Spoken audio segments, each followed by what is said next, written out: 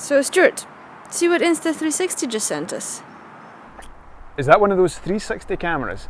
Alina, I've told you, we are highbrow, sophisticated filmmakers. Okay, ready.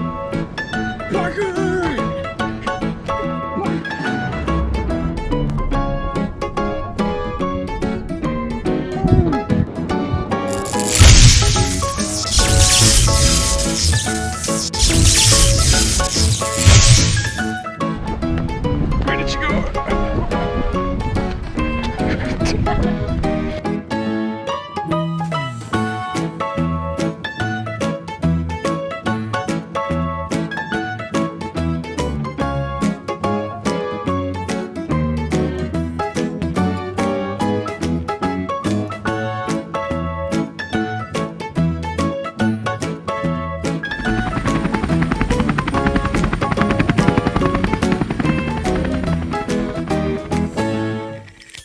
I've been a big fan of the Insta360 One X ever since it came out. If you've not seen it, check out some of those crazy shots that we were able to achieve with this camera, a big long selfie stick and a classic Ford Mustang.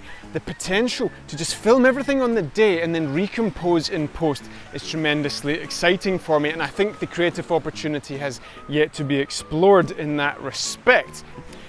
The problem I've always had, however, is by the time you crop in your 5.7K 360 image to a nice linear field of view that looks cinematic, the resolution is severely compromised and the image quality is not that great. So the question I have for this new Insta360 One X Mark II, which you can see right here, is it the filmmaking tool that I've been dreaming of ever since the Insta360 1R came out?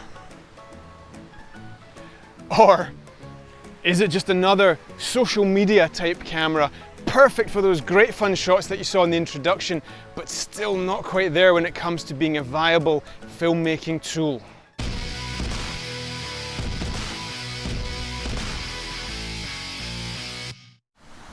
First up, I don't actually know what this Insta360 One X2 is going to cost. If it's $200, then yes, it's a bit of a toy for social media, so we have to view it accordingly. If on the other hand it's $400 or $500, then I think we view it as a proper camera and we need to assess it accordingly. So there's a link below, check out the link to see the price in your area. As I say, I do not know at this point in time. As for a quick discussion of the One X2 versus the One X, first up we have a really cool screen here on the front, which I think is pretty practical. I find the touchscreen quite intuitive in terms of getting through the menus, it's reliable, and that is a nice addition. Second of all, it's waterproof. Haven't put that to the test yet. I've been a little bit cautious in terms of getting some dry land footage first, but it is waterproof, which will be of great interest to those of you that want to take it fully up underwater and submerge it, but also just for general water sports activities, jet skis, water skiing, all that kind of stuff. I think that adds a lot of value. And third up, one of the other big features is battery life. The Insta360 One X was kind of noticeable that you would get about 40 minutes battery life, so before you knew it, you were running out of battery, whereas the Insta360 One X2 has this enormous battery, and I have to say there's a clear improvement in battery life. For me, those are the three big changes. I'm very pleased to see that they've maintained this sleek form factor. I find it incredibly practical the way you can just slip it into your pocket. It's a great accompaniment for your action camera or your phone, so I do enjoy that very, very much. It's slightly bigger than the original One X, but I don't think that really matters in the slightest. So if you are looking for a fun social media type camera and it doesn't prove to be too expensive, then yes, I would buy the Insta360 One X2 all day long. The original One X has been discontinued, and the 1R, that's another story. I'm going to have to address that in another video, but to keep things simple, I would just say that the form factor of this being so sleek and so easy to use outweighs the 360 1R if you're looking for all that fun 360 action. Now, let's get on to the issue of filmmaking with something like this, because this is the reason why I would or wouldn't buy this camera. A quick overview of filmmaking with a 360 camera like the Insta360 One X2. We have two lenses on this thing, both in excess of 180 degrees, so we capture the entirety of what is being seen at any point in time. It doesn't matter what way you point this thing, whether you point it this way, this way, this way, this way. This way, it does not matter. Because these lenses shoot in excess of 180 degrees, they're able to do this very clever thing, which is get rid of whatever is beneath or above the camera. It means you can get rid of the selfie stick, it means you don't see the join line at the top of the camera, and you can just point it and recompose in post. For me, that is tremendously exciting. It's like having a remote control tripod head. I can just stick this out the side of a car and then pick my shot in post.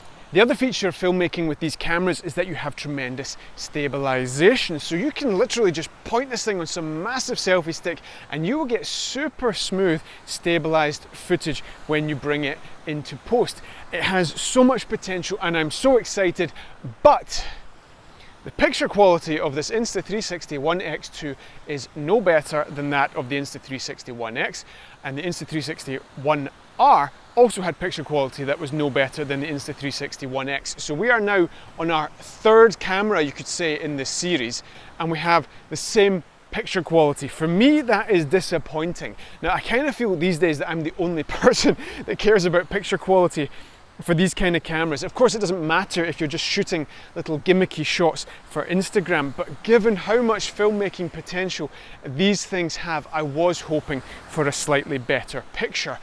It's clear to me that Insta are not marketing this camera for filmmakers. They're marketing it for fun, for social media people to get viral videos with all the tricks and gimmicks. So that's fine. I need to be careful not to assess this camera against a framework upon which it was never meant to be reviewed or considered. But nonetheless, I would have liked to have seen better picture quality.